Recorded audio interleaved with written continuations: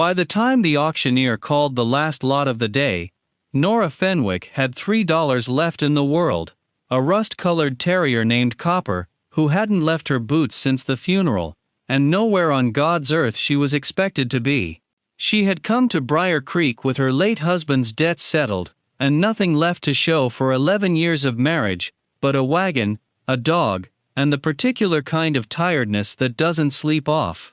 When the county auctioneer mentioned, almost as an afterthought, that the old chained-up Smithy on Forge Street was going for whatever anyone would pay just to get it off the books, Nora raised her hand before her good sense caught up to her mouth. $3.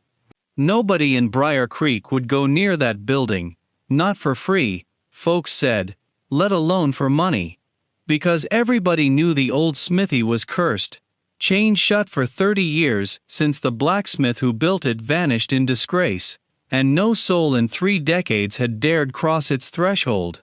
They called her a fool for buying trouble nobody else would touch. She only tightened her grip on Copper's leash, walked the two of them down Forge Street past the whispering porches, and did not once look back. Settle in, and let us tell you the story of Nora Fenwick and her faithful dog, Copper. If you've ever bet everything on a place nobody else believed in, if you've ever had a dog who trusted something before you did, tell us where you're watching from tonight, because we think you already know how this kind of story ends, even if you don't yet know how it begins. Nora had married Daniel Fenwick at 19, in a little clapboard church in Ohio, certain the way only the very young can be certain that hard work and good intentions were enough to build a life on.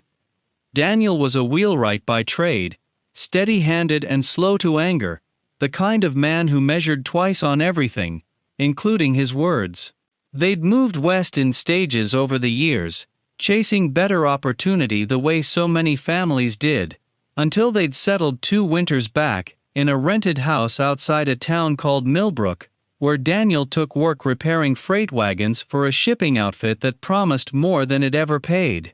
The promises ran out before the work did. Daniel took a second job, hauling lumber, to make up the difference, and it was on one of those hauls, coming down a grade slick with autumn rain, that a wheel he hadn't built, and hadn't trusted, gave way beneath him.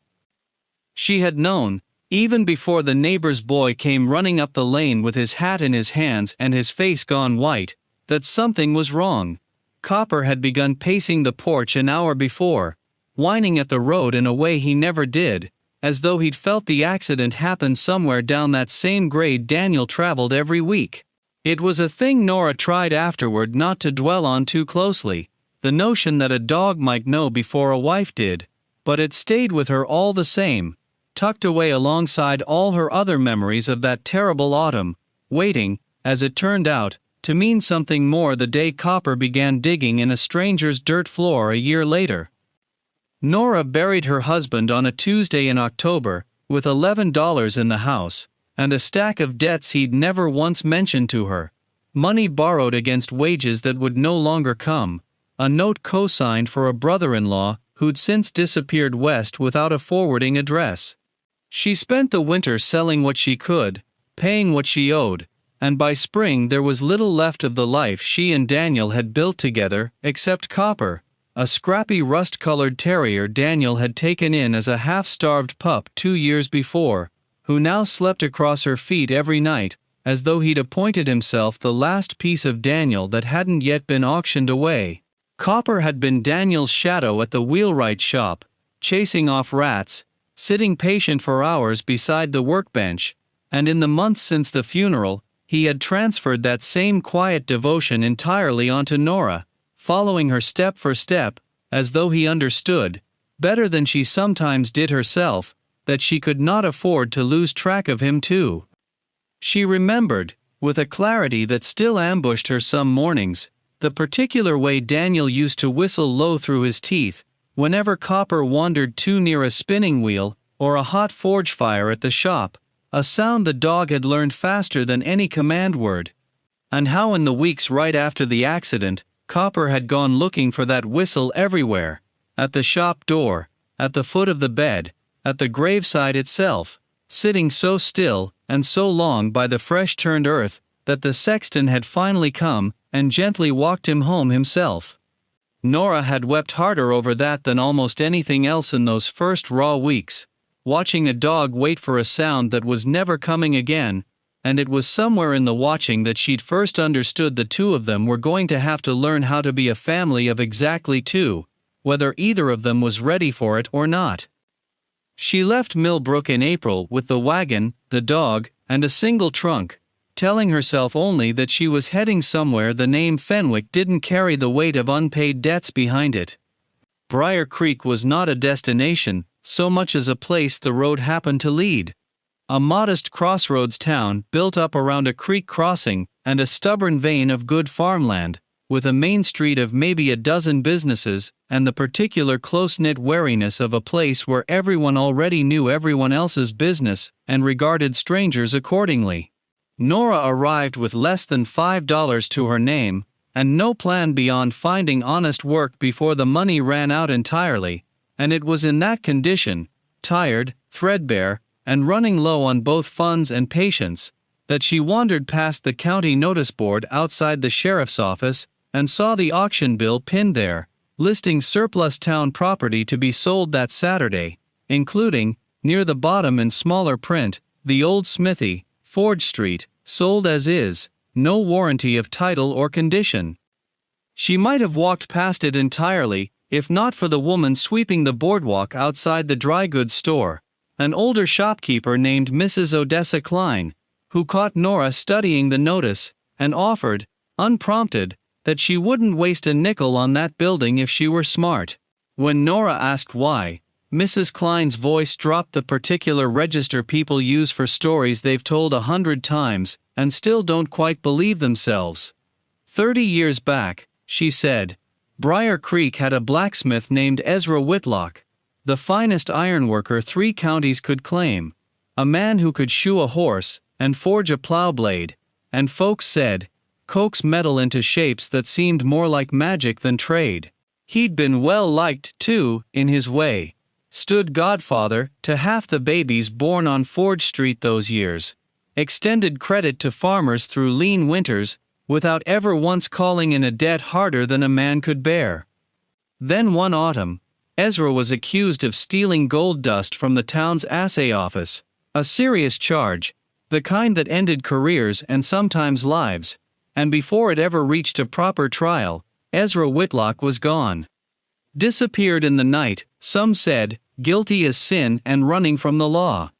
Others whispered he'd been run off by men with their own reasons for wanting him gone, though nobody in 30 years had said so above a murmur.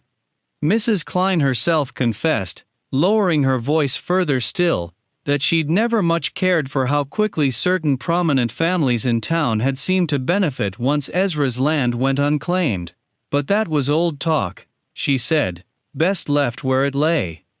Either way, the smithy had sat chained and empty ever since, considered by half the town cursed and by the other half simply too much trouble to bother with. Its ownership tangled up in some unresolved legal cloud that nobody had cared enough to untangle. Nora thanked Mrs. Klein for the warning and went to the auction anyway. She had learned, in the year since Daniel's death, that a building nobody wanted was often the only kind a woman with $3 could afford, curse or no curse, and she had grown considerably less afraid of ghosts than she was of another winter with no roof of her own. Saturday came bright and windy. The auctioneer moved through better lots first, a small parcel of grazing land, a livery interest, a share in the grain mill, each fetching modest but real bids from Briar Creek's more established men, while Nora stood near the back of the crowd, with copper pressed against her skirts, counting the coins in her palm, as though counting them again might somehow make $3 into 4. When he finally reached the smithy, reading the notice in a flat, hurried voice, as though eager to be done with it, silence answered him. A few men shifted their feet and looked elsewhere, the way people do when a subject makes them uneasy, in ways they'd rather not examine too closely. Nora raised her hand. $3, she said, and the gavel fell almost before the auctioneer had finished repeating the number back. because not one other soul in Briar Creek wanted what she had just claimed for her own. The whispers started before she'd even walked the deed back from the county clerk. A widow woman, buying the cursed Smithy nobody else would go near, with only a dog for company, and clearly not right in the head to have done it. Some said she must not have heard the story. Others, once they learned she had heard it and bought the place anyway, decided that made her either braver or more foolish than anyone gave her credit for, and couldn't quite settle on which. Nora let them talk. She had learned that a person survives being underestimated far more easily than they survive having nowhere left to stand, and Forge Street, cursed or not, was somewhere to stand. The Smithy's chains came off harder than Nora expected. 30 years of rust, having welded the padlock nearly solid, and it took the blacksmith's own long-abandoned hammer, found leaning where its owner had apparently left it, to finally break the mechanism loose. The doors groaned open on hinges that hadn't moved in 3 decades, releasing a breath of air that smelled of cold iron, old coal dust, and something underneath both that Nora couldn't quite name. Not decay exactly, but the particular staleness of a place that had been holding its breath a very long time. Dust hung suspended in the shaft of afternoon light that finally reached the dirt floor for the first time in 30 years, and somewhere above her, a swallow's nest, long abandoned, still clung to a rafter beam.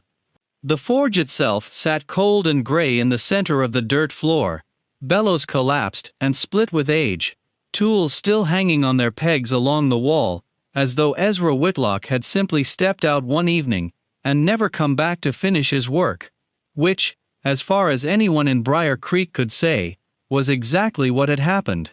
A half-finished horseshoe still sat cooling forever on the anvil, and the sight of it struck Nora harder than she expected. Some ordinary Tuesday's work, interrupted mid-stroke and never once resumed in 30 years, waiting the way only iron can wait, patient and unhurried and entirely indifferent to how long it took someone to come looking. Copper went in ahead of her, as he always did now, nose down and moving in careful loops around the perimeter of the single room, and Nora watched him with the same tired fondness she always felt watching him work a space before trusting it to her. He inspected the cold forge, the tool wall, the corner where a workbench sagged under 3 decades of dust, and seemed satisfied enough with all of it, until he reached a particular patch of dirt floor near the base of the forge itself, close by where the old bellows had once fed the fire, and stopped dead. His nose went to the ground, his tail, usually loose and easy, went stiff and still. And then, without any encouragement from Nora at all, he began to dig. She called him off twice, thinking he'd caught the scent of some old rat's nest, or buried bone, but Copper ignored her entirely, which he had never once done in the 2 years she'd known him, and dug with a single-minded intensity that made her stop and actually watch, instead of simply correcting him. Dirt flew back between his hind legs in steady, determined arcs, his whole small body thrown into the effort, and every few seconds he paused, just long enough to press his nose flat against the freshly turned earth, and breathe deep, as though confirming to himself that whatever he smelled down there was still worth the digging. He whined between breaths, a high, urgent sound she'd only heard from him once before, the morning they'd found Daniel's overturned wagon, and something about that particular whine made the hair rise on the back of Nora's neck. She knelt beside him in the packed dirt, and where his claws had scraped away 3 decades of settled earth, she saw it too, a corner of iron, dark with rust but unmistakably worked metal, buried perhaps 1.5 feet beneath where Ezra Whitlock's forge had once burned hottest. It took her the better part of an hour, working with a rusted trowel from the tool wall and her own bare hands, to free what turned out to be a small iron-bound strongbox, heavier than its size suggested, its hinges seized solid with rust. Copper sat beside her the entire time, no longer digging but watching the box with an intensity that unsettled her nearly as much as his earlier frenzy had, tail sweeping the dirt in slow, deliberate strokes, as though he understood he'd found something that mattered, and was waiting, with considerably more patience than she felt, to see what it was. When she finally worked the box free of the last clinging earth, and set it on level ground, he pressed his nose to its rusted seam once, briefly, and then sat back on his haunches with what she could only describe as satisfaction, as though a job 30 years in the waiting had finally, at long last, been properly finished. She worked the lid open that evening at her small kitchen table by lamplight, using a chisel, and a good deal more force than she was entirely comfortable with, Copper's chin resting heavy on her knee the whole while, as though he too were holding his breath. Inside, wrapped in oiled canvas, that had done its job remarkably well, she found a leather journal gone stiff with age, several small cloth pouches, that turned out to hold raw ore samples, and, folded separately at the bottom, a sealed letter addressed, in a careful, deliberate hand, to whoever finds this, read it before you judge me. Nora read the letter twice by lamplight, before she trusted herself to understand it. It was written by Ezra Whitlock himself, dated the autumn he vanished, and it told a story considerably different from the one Mrs. Klein had passed down. Ezra wrote that he had discovered, while deepening a well behind his forge for a steadier water supply, a rich vein of silver ore running beneath his own land he'd purchased fair and clear years before from the county itself.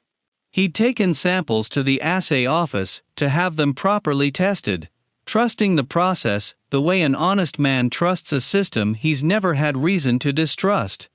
Within a week, he wrote, gold dust had turned up missing from that same assay office, and the finger of blame had landed, with suspicious speed and certainty, squarely on him. Ezra named the man he believed responsible, Josiah Crane, the town's leading businessman, and, as it happened, the same man who'd quietly begun buying up mineral rights on land adjoining Ezra's own, the very week the ore samples were submitted. Rather than stand trial before a town already primed to believe the worst of him, and fearing, not without reason, he wrote, that he would not live to see a fair one, Ezra had buried the evidence of his innocence, and his rightful claim beneath his own forge, in the one place he trusted more than any courthouse, and left in the night to save his life, hoping only that the truth might outlast the lie, until someone honest enough came looking for it. Nora sat with that letter a long while, the lamp burning low, Copper's steady breathing the only sound in the room besides her own pulse in her ears. The journal beneath the letter, she found on a second pass, was not a diary of grievances, but a meticulous log of Ezra's own trade. Commissions taken, iron ordered, prices charged, written in the same careful hand that had penned the letter, and it struck her, reading through page after page of ordinary craftsman's business, just how thoroughly a man's whole working life could be erased by a single accusation nobody had ever bothered to properly test. Near the back, tucked between two ordinary ledger pages, she found a rough hand-drawn map of the land behind the forge, a small X marking the well he'd dug, and a note in the margin that simply read, "Proof enough for any honest judge, if Briar Creek ever finds one." She did not yet know whether Josiah Crane's descendants still held sway in Briar Creek, or what a silver vein discovered 30 years too late might be worth to anyone now, but she understood enough to know that a man had buried his own good name beneath a forge, rather than trust it to a town that had already decided who he was before he'd said a word in his defense, and that whatever had truly happened on Forge Street 30 years before, it was very likely not yet finished happening. Copper, as if he understood the weight of it too, did not leave her side once that whole evening, and when she finally blew out the lamp, he settled himself across the threshold of the back room, rather than his usual spot by the door, an unspoken watch she found herself grateful for, long before she understood exactly what there was to guard against. She wrapped the journal and the letter carefully back in their oilcloth, hid the strongbox beneath a loose floorboard in the small back room she'd claimed as her own, and did not breathe a word of it to a living soul in Briar Creek. It would not stay hidden long. Briar Creek, small as it was, had a way of noticing when lamplight burned late behind Smithy windows that had stayed dark for 30 years, and there was a name in that letter that some in town, it would turn out, had never quite managed to forget. Bartholomew Crane came to the smithy on a Wednesday afternoon, driving a buggy considerably finer than the rutted road deserved, introducing himself with the easy confidence of a man who owned the town's only bank, and had never once in his life needed to knock twice on a door. He admired, with a thin and careful smile, the work Nora had done clearing the old forge, and remarked, as though the thought had only just occurred to him, that his grandfather Josiah had known the smithy's original owner rather well, back in the day. Nora said nothing to invite the conversation further, only offered water she could scarcely spare, and watched Copper plant himself, without being asked, squarely between the banker's polished boots and the door to the back room, tail low, eyes fixed and unblinking in a way she had come to trust more than any words a stranger might offer. Crane did not take long to arrive at his true purpose. He explained, still smiling, that the land beneath and around the old smithy had recently drawn interest from a mining concern out east, on the strength of certain old rumors about mineral deposits that had likely, he assured her, never amounted to much of anything. Still, he said, a man in his position preferred to keep such matters tidy, and he understood a woman recently widowed and new to town might find $50 considerably more useful than any old papers or rock samples she might happen to have turned up while clearing out 3 decades of debris. He said it kindly. He said it the way a man says something when he has said a version of it successfully many times before, and Nora found herself wondering, watching him turn his hat slowly in his hands, how many other people in Briar Creek's history had heard that same patient, reasonable voice offer them exactly enough money to make silence feel like good sense. She told him, just as kindly, that she'd found nothing in the smithy but dust and old iron, and Copper, still planted between the banker and the door, let out a low, steady growl that ended the conversation rather more efficiently than anything Nora might have said herself. Crane's smile did not waver so much as go still, fixed in place a half-second too long, the way a man's face sometimes betrays him even when his voice does not. He rose, straightened his coat, and remarked, almost as an afterthought on his way to the door, that old buildings had a way of proving unstable in ways a person couldn't always predict, a comment that might have passed for idle small talk from anyone else, but which sat wrong in Nora's stomach the whole rest of that afternoon. He left with his smile gone thin and brittle at the edges, and Nora understood, watching his fine buggy roll back toward town, that Ezra Whitlock's letter had just made her an enemy considerably wealthier and considerably less scrupulous than she was. She did not sleep easily that night, turning the visit over in her mind, until the pieces settled into a shape she didn't much like. A banker whose own grandfather stood accused, in a dead man's own hand, of theft and false witness, riding 12 miles out to offer a stranger $50 for papers he claimed didn't exist. Whatever Josiah Crane had done to Ezra Whitlock 30 years before, his grandson clearly intended to make sure it stayed buried every bit as deep as the strongbox had been, and Nora understood, lying awake with Copper's warm weight pressed along her side, that a man willing to offer $50 for silence would not simply walk away disappointed when silence wasn't for sale. The proof of that came 4 nights later. Nora woke to Copper's sharp, urgent barking from the front of the smithy, not his warning bark for foxes or wandering cattle, but the same rare, ferocious sound he'd made the day he dug up the strongbox, edged now with something closer to fury than alarm. Her heart was hammering before her feet had even found the cold floor. She came out with a lantern to find the smithy door forced half open, the night air pouring cold through the gap, and a man's shape scrambling back toward a waiting horse at the edge of the property, Copper planted in the doorway between Nora and the dark. Hackles raised the full length of his back, a continuous low growl rolling out of him that she felt through the floorboards under her bare feet.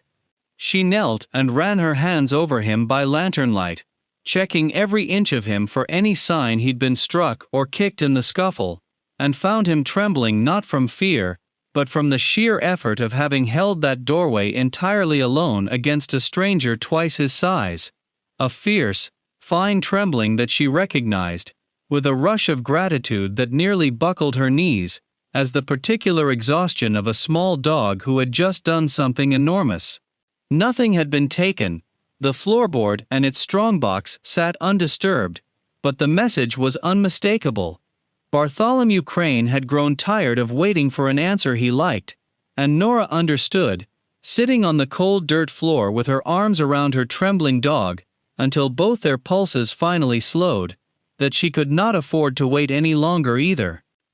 The next morning, she rode the 12 miles to the county seat, and laid Ezra Whitlock's letter, journal, and ore samples on the desk of Judge Prudence Hartley, a circuit judge known even in Briar Creek for a stubborn insistence on evidence over reputation, regardless of whose name was attached to either. The judge read the letter twice, examined the ore samples against her own knowledge of the region's geology, and cross-referenced the original assay office records, which the county had, fortunately, never destroyed. What those records showed, once someone finally bothered to actually read them in order rather than accept 30 years of second-hand rumor, was that the missing gold dust had been logged out of the assay office's own inventory the same week Josiah Crane began quietly filing mineral claims on land bordering Ezra Whitlock's property, claims that, notably, made considerably more sense once a rich silver vein running beneath that very land came to light. Judge Hartley issued a summons for Bartholomew Crane to explain, under oath, exactly how his family had come to hold title to land that Ezra Whitlock, by every legitimate record still in the county's own files, had never actually forfeited at all. Word of the summons moved through Briar Creek faster than Nora could have managed on her own, and she found, in the days leading up to the hearing, that the town's opinion of her had begun to shift in ways she hadn't expected, and wasn't entirely sure she trusted yet. Mrs. Klein came by the Smithy with a basket of bread, and an apology she hadn't been asked for, admitting she'd always wondered about Ezra Whitlock's disappearing, and had simply never had cause, or courage, to wonder out loud. Other townsfolk were slower to come around, some clinging to 30 years of comfortable rumor, rather than face what it meant that their leading banking family had built its fortune on a lie. But by the morning of the hearing, the little courtroom in the county seat was fuller than Judge Hartley's clerk could recall it being in years, half the town of Briar Creek having ridden out to see for themselves how the story would finally end.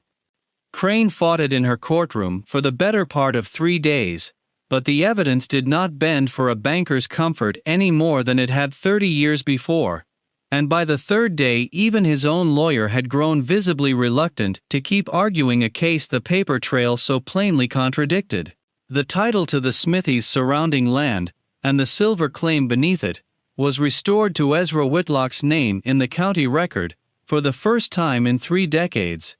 and, after considerable searching through church registries and old letters, traced forward to a niece in Kansas, named Delphine Whitlock Hayes, who had spent 30 years believing her uncle had died in disgrace somewhere on the road west, and was, by every account of the lawyer who finally located her, entirely undone to learn the truth of what he'd actually done to protect himself and his good name. She wrote Nora a letter some weeks later, in a hand that trembled with more than age, thanking her for a kindness she said she could never properly repay, and enclosing a small tintype of Ezra Whitlock himself, taken years before the trouble, so that Nora might know at last the face of the man whose name her dog had dug up out of the dark. The mining concern's interest, once the title cleared, proved every bit as real as Crane had feared, and the settlement that followed was enough to secure Ezra's niece and her family a comfortable future they had never once expected, all traceable back to a dog who wouldn't stop digging in a stranger's dirt floor. Delphine wrote again that winter to say she intended to visit Briar Creek come spring, to see with her own eyes the forge her uncle had built, and the ground he'd trusted with his good name, and to finally stand somewhere in this world and say his name out loud without a trace of shame attached to it. Bartholomew Crane, whose entire standing in Briar Creek had rested on a fortune quietly built from another man's stolen name, found his bank's investors a good deal less forgiving than the town had ever been of Nora, and within the year, the Crane name had all but vanished from Briar Creek's ledgers, the same way Ezra Whitlock's once had. The grand house on the hill sold at auction to settle the bank's own debts, an irony nobody in town missed, and few felt any urge to soften. Nora asked for nothing from the settlement beyond a small share, offered unprompted and gratefully by Ezra's niece, enough to see the smithy properly restored. She rebuilt the forge, reset the hinges on doors that had stayed shut for 30 years, and had a modest brass plaque cast and mounted by the entrance bearing Ezra Whitlock's name and the truth of what he'd endured, so that no one walking Forge Street again would ever call it cursed without also being told exactly why it had sat empty so long, and exactly who had been wronged. She kept the smithy as her own trade in the years that followed, having learned enough from Daniel's old wheelwright tools to turn her hand to honest ironwork herself, and Copper took up a permanent post beside the very spot he'd once dug so fiercely, content now simply to doze in a patch of forge-warm sunlight that had waited 30 years for someone worth guarding. There's a particular kind of injustice the world is often too quick to bury, a good name lost to a louder, wealthier voice, a truth left in the dark, simply because no one thought to dig for it. Nora Fenwick didn't buy a cursed smithy because she believed in ghosts or hidden treasure. She bought it because $3 was what she had, and a roof is a roof, curse or no curse.